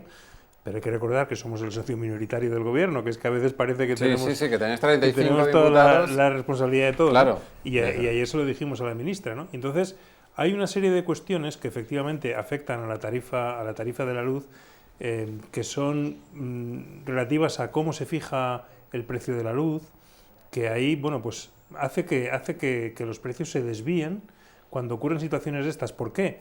Pues porque al final la energía se paga al precio del último combustible que entra en el mercado, que suele ser el gas. Entonces hay formas de producción energética que son mucho más baratas, como es la hidráulica, como es la nuclear, etcétera, que al final acaban cobrando las eléctricas el kilovatio al precio del gas. Eso hace que tengan unos ingresos extras, que tienen un nombre que se llaman beneficios caídos del cielo, que ya explican por sí solos lo que son, y hace que la factura suba. Hay otras cuestiones, porque la tarifa de la luz tiene dos partes. Una que es fija, que tú pagas sea lo que sea, y otra que es... mirar todos los consumidores. Y otra que es variable. Parece más diferenciado te lo diferencian por impuestos para decirte, oye, nosotros de todo esto solo llevamos el 40%. Efectivamente. Para que lo tengas claro. Nosotros creemos, y esto está también en el acuerdo de gobierno, y se va a actuar, que hay que reducir esa parte fija de la tarifa y eso beneficiará al consumidor. Es decir, que y también hay que decir que la introducción de energías renovables está reduciendo progresivamente el precio de la energía. Por lo tanto, hay que tranquilizar a la ciudadanía y hay que decir que se están tomando medidas y que se van a tomar más. Eso no quiere decir que efectivamente en un momento puntual como el que hemos vivido se ha producido ese pico, que desde luego nosotros somos partidarios de que no vuelva a ocurrir y de combatirlo con todas estas medidas que estamos hablando. Y en caso de que se reprodujera, tomar medidas de emergencia como hemos reclamado. Edu. Bueno, aquí Juancho es experto porque es el presidente precisamente de esa comisión, de la Comisión de Transición ecológica, pero bueno, es complejo, no lo que es mi área de ha explicado, la verdad que es y, bastante complejo para ciudadanos. El mix energético y la forma en la que se forman los precios y las subastas, pues es un tema que a nivel técnico incluso pues es muy complejo, pero yo creo que hay algo que sí que entiende cualquier ciudadano, ¿no? Que es que la subida, que la factura de la luz este mes va a ser más alta. Y yo rescato, la hemeroteca en política a veces pues juega estas malas pasadas, ¿no? Pues bueno, Pablo Iglesias esto lo decía a Rajoy, no a Sánchez. Disparar la factura de la luz un día como hoy solo demuestra la codicia de las eléctricas. Si el gobierno lo consiente, será cómplice. Se dispara en plena hora de frío. Esto no se lo ha dicho a Sánchez, se lo dijo a Mariano Rajoy. Yo creo, estoy de acuerdo, es un socio de gobierno, no es el gobierno entero, ¿no? Pero esto se lo podía decir a Pedro Sánchez en una rueda de prensa y exigirle, porque lo puede hacer, que en el próximo Consejo de Ministros, pues en un Real Decreto, diga qué es lo que, bueno, tome medidas para bajar el precio de la luz, ¿no? Otro tuit que dice, se están burlando, este es de Podemos, se están burlando de la gente diciendo que el problema de la subida de la luz es climático. Esto es verdad que no lo ha dicho Podemos, pero ayer la vicepresidenta decía que ha sido por Filomena, que eso que en todas las cuando hay temperaturas extremas, pues que se producen picos de demanda y por tanto subidas el precio de la luz, que puede tener su sentido, pero bueno, esto es lo que decía Pablo Iglesias, que ¿no? se cambian los que papeles es burlarse gobierno de la oposición gente, ¿no? y No al lo digo final yo, lo dice Pablo Iglesias. Da igual todo, ¿no? Quien gobierne, ¿no? Bueno, vamos a ver, hay una Eduardo. parte de lo que dice Pablo Iglesias que es perfectamente sostenible y es que efectivamente, como he dicho, en la fijación del precio hay un elemento que no sé si definirlo como la codicia de las eléctricas, pero hay un ingreso extra por parte de las eléctricas que hay que abordar y que nosotros creemos que hay que abordar. Y luego hay una serie de impuestos que también creemos que hay que abordar. Por lo tanto, bueno, pues efectivamente creo que... Y luego el tema climático es una realidad. Y además es que no solo es una realidad lo que ha ocurrido con Filomena, sino que desgraciadamente lo que vamos a ver en un escenario de cambio climático es que, al igual que hay más olas de calor, vamos a ver más olas de frío como esta. Por lo tanto, vamos a tener que prepararnos más paradójicamente para situaciones como esta, ¿no? Entonces, bueno, yo en general no suelo ser partidario, efectivamente, de declaraciones demasiado altisonantes, porque es verdad que las situaciones cambian y creo que lo que hay que hacer es abordar el problema y hacer las reformas que se deben hacer para que el precio de la luz realmente sea cada vez más bajo y que la ciudadanía pues y pueda luego abordar están las menos puertas problemas. giratorias de los políticos que son Muy algunas importante. compañías. También y muy eso importante. en el País Vasco lo sabéis bien. También muy importante, sí, en el País Vasco y en toda España. Es decir, que parte del problema que tenemos y estas situaciones legalmente ventajosas para las empresas eléctricas tienen mucho que ver con que durante años pues se han producido esas puertas giratorias de políticos de los grandes partidos que forman parte de los consejos de administración con el único objetivo de tener una influencia en esas legislaciones, ¿no? Yo creo que con esto hay que acabar también, porque yo creo que el Congreso y los gobiernos lo que tienen que hacer es legislar para el interés de los ciudadanos. Y en el caso del sistema eléctrico tenemos un sistema oligopólico de unas pocas empresas que son prácticamente las que dictan el modelo, ¿no? Y eso pues hay que cambiarlo y yo creo que se puede cambiar y el gobierno está comprometido a hacerlo y ayer la ministra de Transición Ecológica claramente lo manifestó. Es decir, también, Julio, que nosotros hemos presentado en el Congreso en positivo una proposición de ley en la que ofrecemos algunas de las posibilidades para rebajar el precio, ¿no? Una es reducir el impuesto sobre el valor de la producción, que es del 7% ahora mismo, pasarlo al 0. Ya lo suspendió durante unos meses la propia ministra Rivera, el propio gobierno de Pedro Sánchez. Otro puede ser que el déficit tarifario, eso es déficit acumulado en la producción de energía eléctrica que se carga al usuario. Nosotros proponemos que una parte de ese déficit se pueda pasar a los presupuestos generales del Estado, así como otros costes de producción, ¿no? Yo creo que, ya digo que es un tema complejo, porque la formación de los precios eléctricos, pues como ha dicho Juancho, es complicada, pero habría medidas que se podrían tomar de manera inmediata y ayudar a que la gente no tenga que pagar más. Pero eso se está haciendo ya, es decir, que otras no, ¿eh? Es decir, que, por ejemplo, el tema de la parte del déficit de tarifa se está abordando a través de la creación de un fondo de sostenibilidad del sistema eléctrico que esperamos que sea financiado por las eléctricas y también por las empresas gasísticas y las petroleras, ¿no? De esa manera se sacaría de la tarifa y sería cubierto por estas empresas. Lo que no está todavía, aunque ayer se comprometió la ministra a abordarlo, es el tema de lo que llamamos los beneficios caídos del cielo o la fijación del precio de la electricidad, ¿no? Que es un tema efectivamente complejo, que es un tema sensible, que hay que tener cuidado porque es un sistema que también cuando tocas por un lado puedes estar produciendo un desequilibrio por otro, ¿no? Pero estas medidas se están tomando. El impuesto de la electricidad del 7% a la generación de electricidad se suprimió al principio cuando entró el gobierno porque había unos precios muy altos. En la medida en que los precios han bajado no se ha visto necesario. Si fuera necesario se volverían a reducir, pero yo creo que lo importante, el mensaje que hay que dar a los ciudadanos es que, a ver, llevamos un año de legislatura y además un año bastante durito con la pandemia, la crisis y tal, pero que son temas que están en la agenda y que se van a abordar. Sí, porque está la pobreza energética. La pobreza energética que tiene que ver con todo esto, efectivamente. Vosotros lleváis un año y es así, y hay que reconocerlo, pero Sánchez lleva 3, ¿eh? Y hay veces que claro, el Partido Socialista, yo entiendo que Podemos diga, oiga, yo llevo un año en el gobierno, ¿no? Que un año ya es, pero bueno, es un año.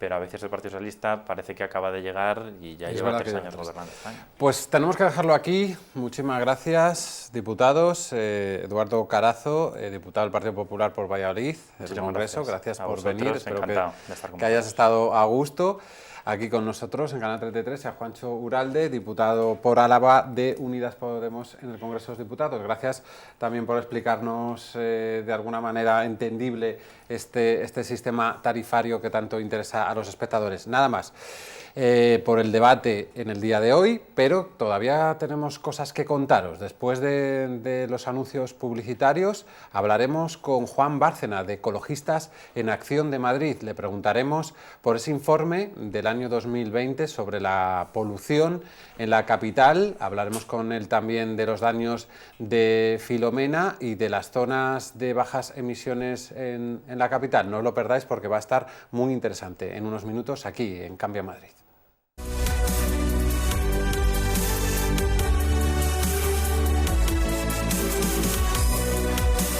¡Venga, vamos! Anima a tus defensas. Con Inmunoplus estarán a tope. Un compuesto de extractos de plantas, nutrientes y vitamina C que ayuda a disminuir el cansancio Y a prevenir la oxidación de las células, retrasando el envejecimiento. Evita que bajen tus defensas con Inmunoplus de Laboratorios Mundo Natural. Consulta a tu farmacéutico, dietista y en parafarmaciamundonatural.es.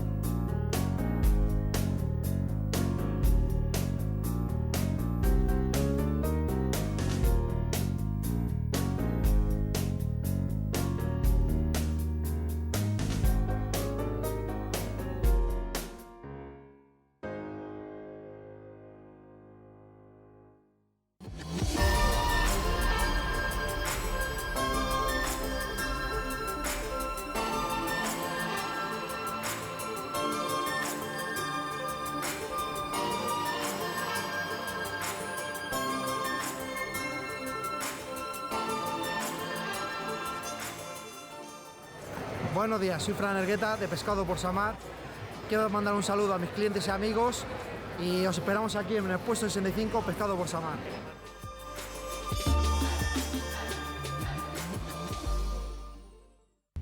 ¿Qué tal? Tony Rovira y tú, este soy yo. Y este es el programa. Un mundo mágico de ilusiones, de esperanza, de alegría. Todo pasa en ese teatro, circo, cabaret. Madrid, ¿qué tal? Te espero cada noche con este programa, con esta cita. El mundo del espectáculo lo convertimos en cultura, porque aquí pasa la vida. Te amo, te espero, te quiero. Madrid, buenas noches. El show espectáculo más mágico de la televisión. Tony Rovira y tú. Las noches, aquí, en Canal 33.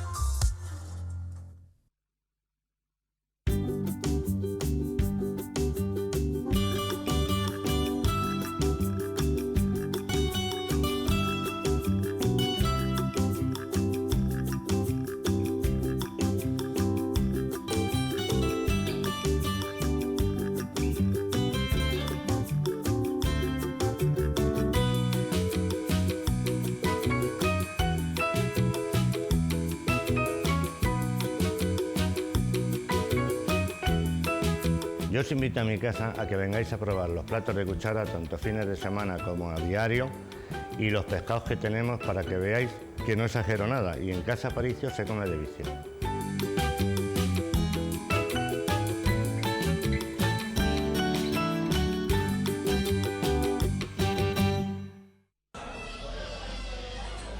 Bueno, ¿dónde nos encontramos, Eusebio? En la estación de Los Porches. ¿Dónde? Pues aquí, en la calle Timoteo Pérez Rubio, número 2. Y estamos aquí tomándonos un vino, ¿cómo no? Un vino y además vamos ahora... En una estupenda terraza. En una estupenda terraza. Y además vamos ahora a ver si hacemos la merienda de la mañana. Porque hay merienda de mañana, claro, la merienda de la mañana. Y nada, aquí les esperamos en el restaurante, la estación de Los Porches, que estamos aquí. ¿Dónde?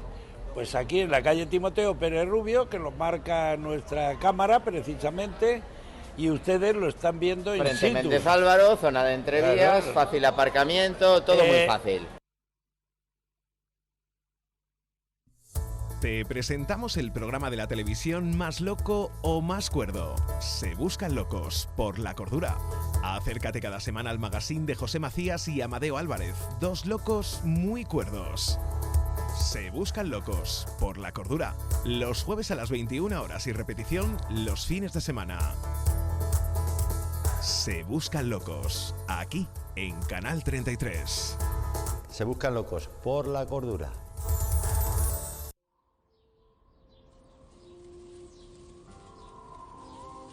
Señorío de Pacino, vino de naranja ecológico 100%, elaborado artesanalmente y de la más alta calidad, sin sulfitos y con tan solo 6,5 grados de alcohol. Puro sabor a naranja, dejando un rastro clave, suave y ligero frescor especial en la garganta que nunca olvidará. Señorío de Pacino, disfrute de nuestras diferentes modalidades, vino seco, semidulce y espumoso. Para una clientela que sabe apreciar lo bueno. Señorío de Pacino, creado para deleitar.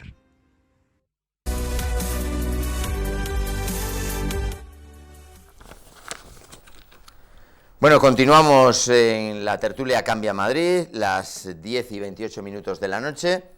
Y bueno, nos acompañaban los diputados del PP y de Unidas Podemos del Congreso de los Diputados, Juancho Uralde, conocido ecologista también, y seguimos hablando de medio ambiente, de ecología, pero en este caso lo vamos a hacer con Juan Bárcena, coordinador de calidad del aire de Ecologistas en Acción, que tenemos ya ahí en pantalla. Juan, buenas noches. Hola, buenas noches. Antes yo no lo oía tal, preguntaba, ¿estás en Madrid o en algún otro sitio? Estoy en la Comunidad de Madrid. Ah, en algún lugar de la Comunidad de Madrid. Sí. Respirando, vosotros titulabais así que los madrileños habíamos disfrutado, hay que decirlo así, a lo largo del año 2020, por lo que todos sabemos, de un aire de una calidad excepcional, de un aire bueno, lo llamabais aire serrano. Serrano entiendo que viene de la sierra, ¿no? Sí, en concreto durante la etapa del confinamiento los niveles de contaminación en la ciudad de Madrid eran parecidos a los que normalmente se tienen en un pueblo como Guadalix de la Sierra. O sea que, bueno, pues era un poquito para decir eso. Es una parte positiva de todo lo que ocurrió el año pasado, ¿no? Vamos a sacar aquí aspectos positivos. La contaminación se redujo drásticamente en 2020 por el estado de alarma y el confinamiento, pero sigue por encima de la normativa europea en dióxido de nitrógeno y ozono. ¿A qué se debe esto? Bueno, pues a pesar de que ha habido una gran reducción de la contaminación en la ciudad de Madrid, porque se ha reducido bastante el tráfico, pues todavía ha habido, bueno, en concreto una estación, la estación de Plaza Elíptica, que ha superado el valor límite anual también en el año 2020. O sea, esta estación, junto con otras, han superado todos los años el valor límite anual de dióxido de nitrógeno, y la de Plaza Elíptica pues también en 2020 lo ha superado, por poco, pero lo ha superado. Y eso, lo de respirar aire serrano como una localidad como Guadalix, ¿qué se debe? ¿A la caída de los desplazamientos en coche, el confinamiento, o hay algún otro aspecto más? Hombre, fundamentalmente lo que ha cambiado durante el confinamiento ha sido básicamente pues, que se ha reducido de forma muy importante el tráfico. Eso ha sido lo que más ha cambiado. Pero quizá también se tenga que notar ahora, aunque no haya confinamiento total, el teletrabajo, ¿no? Quizá. Sí, bueno, va unido. En estos momentos también estamos teniendo unos niveles más bajos de los habituales, quitando pues este momento de pico de contaminación provocado un poco por condiciones meteorológicas y tal, pero en general seguimos disfrutando de unos mejores niveles de calidad del aire de lo que estamos acostumbrados porque se ha reducido sensiblemente el tráfico. Hay que decirlo, en nuestra ciudad, Madrid, estamos viendo una de las boinas habituales de contaminación en años anteriores. El año pasado, el 2020, lleva 11 años incumpliendo la normativa europea. Pero nunca se han llegado a poner sanciones porque Madrid Central, de alguna forma, frenó esas posibles sanciones. ¿En qué situación legal se encuentra esta zona de bajas emisiones, Madrid Central? Bueno, Madrid Central es una de las medidas del Plan A y en este momento está en plena vigencia.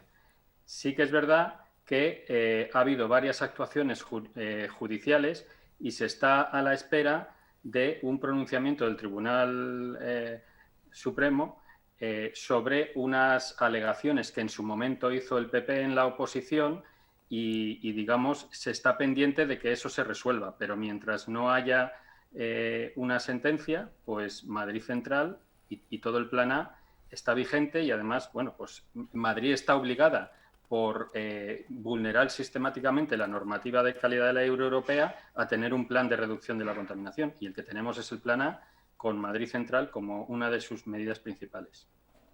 Tras un año tranquilo de aire serrano, de aire de calidad, salvo alguna excepción, han vuelto a saltar las alarmas por alta contaminación la semana pasada. ¿Qué ha ocurrido cuando el tráfico cayó radicalmente por los efectos de la borrasca Filomena? ¿Qué es lo que ha ocurrido? Bien, bueno, en Madrid sabemos, desde que tenemos protocolos, que todos los años, en los meses entre finales de otoño y el invierno, cuando se dan unas condiciones de un anticiclón prolongado, tenemos situaciones de picos de contaminación. O sea, esto no ha sido una novedad. Todos los años, en concreto si nos centramos en el mes de enero, que es cuando nos ha pasado, todos los meses de enero, desde 2010 hasta aquí, hemos tenido eventos de pico de contaminación. Y este que hemos tenido ahora no ha sido especialmente importante. Si comparamos las superaciones del valor límite horario que ha habido desde 2010 para acá, este ha sido uno de los más flojitos. Lo que sí que ha sido llamativo es que ha ocurrido en una situación en la que por el efecto de la nieve, pues no había circulación, ¿no? Bueno, había menos que otras veces y entonces esto lo que quiere decir es que en este episodio en concreto ha tenido menos participación el tráfico y entonces ha tenido más participación pues, el asunto de las calefacciones y otras cosas. Y entonces ¿qué es lo que más contamina? Apartando el tráfico, calefacciones y... Bueno, en el ayuntamiento, o sea, municipio de Madrid, el tráfico con mucho, por decir, para hablar de óxidos de nitrógeno, el 77%, calefacciones en segundo lugar, como un 7%, y parecido el aeropuerto de Barajas. Esos serían, digamos, como se distribuye normalmente la contaminación por dióxido. Los quesitos de la contaminación, ¿no? Digamos, más de la mitad sería el tráfico. Bastante más. Hablando de óxidos de nitrógeno, si hablamos de partículas, pues es un poquito diferente, aunque siempre es el tráfico el principal factor. Además, según un estudio liderado por el Instituto Global de Barcelona, Madrid es la ciudad europea con más mortalidad por contaminación por partículas finas y NO2. ¿En qué se basa este estudio para situarlo? Madrid, la ciudad con más mortalidad. Sí, bueno, se refiere a Madrid para el asunto del dióxido de nitrógeno. Para las partículas habla más de ciudades del norte de Italia. Entonces, bueno, este estudio pues está basado en hacer una comparativa de los datos, por un lado, de contaminación y de los datos de mortalidad las funciones dosis-respuesta, digamos, haciendo una comparativa con metadatos así de todas las ciudades, y lo que les sale es esto que has comentado. Entonces, bueno, pues eso es lo que sale, y digamos eso concuerda con la situación de que Madrid sistemáticamente incumple el valor límite anual de dióxido de nitrógeno. Eso es algo que también ocurre con otras grandes ciudades europeas, pero es que Madrid además siempre también sistemáticamente incumple el valor límite horario, esto de los picos de contaminación, y ahí no hay tantas ciudades europeas que les pase esto. Por ejemplo, en España solo Madrid incumple siempre el valor límite horario, y por ejemplo Barcelona pues no lo ha incumplido nunca. O sea que tiene un factor especial con esto, y posiblemente el que estemos en el primer ranking en este estudio pues tiene que ver con eso. Aunque no es un negociado, se lo tengo que preguntar. La borrasca Filomena nos ha dejado árboles destrozados, árboles que se caían sobre vehículos, sobre calles, incluso a día de hoy, hay que decirlo, y pongo un ejemplo con nombre y apellidos, calle Coslada, en la Guindalera, las aceras impracticables por la caída de árboles, el corte preventivo que se está realizando estos días. ¿Hay en Madrid exceso de árboles o falta de mantenimiento? Algunos es verdad que les vemos tan pequeñitos que en cuanto acumularon nieve, troncharon tal cual, ¿no? ¿Cuál es su opinión? Porque supongo que en Ecologistas en Acción lo han hablado, ¿no? Sí, hombre, se han juntado muchas cosas. A ver, ha sido una nevada que es, bueno, pues se está excepcional, diciendo, ¿no? de las que ocurren una vez cada 100 años, o sea que no es una situación, digamos, normal. Y claro, la vegetación propia de la zona nuestra, mediterránea, así, pues digamos no está preparada para eso. En concreto, pues el pino piñonero, tal, pues digamos es que está adaptado un poco a todo lo contrario, a resistir la sequía, situaciones de calor prolongado, tal y cual, pero tiene una forma tal que no está, digamos, o sea, que si le cae mucha nieve, pues le parte las ramas porque por la forma que tiene, o sea, es completamente lo opuesto pues a los abetos y tal, los árboles que sí que se dan en países donde hay nieve tal, y tienen una forma que, digamos, la nieve se escurre y no... Entonces, bueno, o sea, tenemos un arbolado pues que está adaptado a nuestras condiciones, y cuando le cae una nevada del siglo, pues falla. Luego, pues bueno, pues puede haber añadido el que quizá, pues a lo mejor, digamos, los medios que tenemos de jardineros y todo eso, pues quizá podrían ser mejorables, pero digamos que ha sido una circunstancia pues que no es la más habitual. Otra cosa es si esto nos va a ir pesando cada vez más por efecto del cambio climático y tal, pues tendremos que irnos adaptando a estas cosas. Y la otra cosa que comentamos al respecto de esto es que, bueno, pues esto nos ha pasado, ha tenido un daño terrible al arbolado de la ciudad, pero el arbolado es importante y entonces digamos que hay que hacer un trabajo de reponerlo, y podemos quizá aprovechar para que la reposición esta pues se haga, digamos, con inteligencia y tal, teniendo en cuenta cuestión de biodiversidad y, digamos, pues contando con personas que sepan un poco del tema y tratar de mejorar el arbolado que teníamos ahora que tenemos la oportunidad de reponerlo adecuadamente. Lo que pasa es que le voy a preguntar lo que hacen muchos vecinos, ¿no? Mi calle es súper estrecha, la acera es estrecha, que pintan aquí 4 árboles tan chiquititos que ni dan sombra, y parece que los han puesto por pura estética y luego no se han acordado nunca más de ellos, ¿no? Bueno, hay que hacer una gestión adecuada, y entonces, claro, en cada situación pues no es lo mismo calles muy estrechas. Claro, también si hay que dejar sitio a los coches, pues te quedan aceras mínimas, igual, o con otro reparto del espacio, pues podemos dar más espacio a los árboles y quizá menos a los coches. En fin, hay que hacer mucho tipo de cosas, pero vamos, en general los árboles aportan muchas cosas buenas a las ciudades. En ciudades donde en verano nos asfixiamos, pues nos dan sombra, nos mitigan parte de la contaminación, o sea que, digamos, es una buena cosa tener un buen arbolado y digamos, espacios verdes, naturalizados en las ciudades, pero hay que hacerlo, bueno, pues con criterios adecuados de biodiversidad y de digamos, acoplarse a los espacios y al urbanismo, ¿no? Dicho esto, podemos quizá hacer una previsión de la calidad del aire para este año, porque, como se suele decir, el teletrabajo, alguien ya lo decía, y los expertos coinciden, ha venido para quedarse. Y el teletrabajo implica una menor movilidad, un menor tráfico. ¿Podemos augurar para este 2021 que la calidad del aire será mejor que el 2019? Hombre, la cosa en Madrid, la ecuación es muy clara. El problema principal, digamos, 77% son los coches, con lo cual, si reducimos el tráfico basado en coches... Casi el 80%, ¿no? Pues sí, es un valor que sale de un poco la media de la ciudad, a lo mejor es 72%, una cosa así, pero eso es, digamos, como media, pero en sitios, bueno, Plaza Elíptica o así, pues probablemente supere el 85%, por decir así. Entonces, si el principal problema es el tráfico, pues lo que hay que hacer es reducir el tráfico.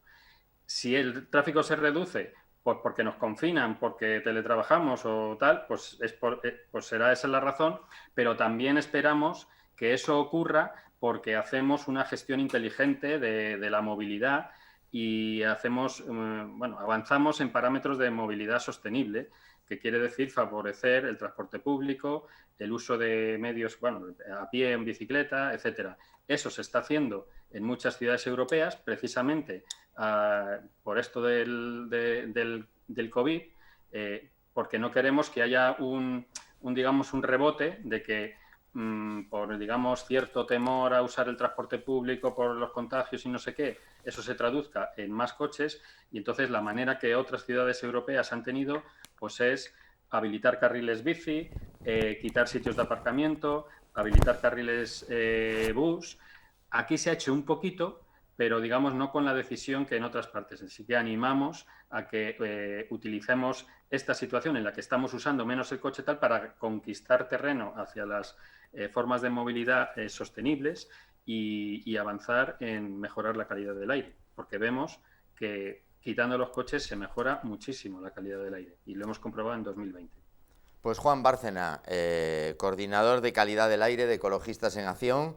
A veces nos gusta dar buenas noticias, aunque sea en este caso del año pasado, respiramos aire de mayor calidad los madrileños. Gracias y buenas noches. Muchas gracias a vosotros. Gracias. Pues nosotros vamos a poner el punto final a la tertulia de esta semana de Cambia Madrid. Empezábamos con una entrevista al concejal delegado de Urbanismo de Ciudadanos, Mariano Fuentes, del Ayuntamiento de Madrid. Continuábamos con el debate de dos diputados del Congreso, Eduardo Carazo y Juan Uralde, del PP y Unidas Podemos, y terminábamos, pues con esta buena noticia y esa posible previsión de que sea buena noticia también este 2021, que los madrileños respiramos un aire de mayor calidad, un aire serrano, nos decían desde Ecologistas en Acción. Les emplazamos, estaremos muy pendientes de todo lo que pase en Madrid y nos afecte, aunque también sea en plan positivo, como esta calidad del aire. Muy pendientes de todo, les saludamos hasta la próxima ocasión, dándole las gracias por su atención, dentro de 7 días más. Buenas noches.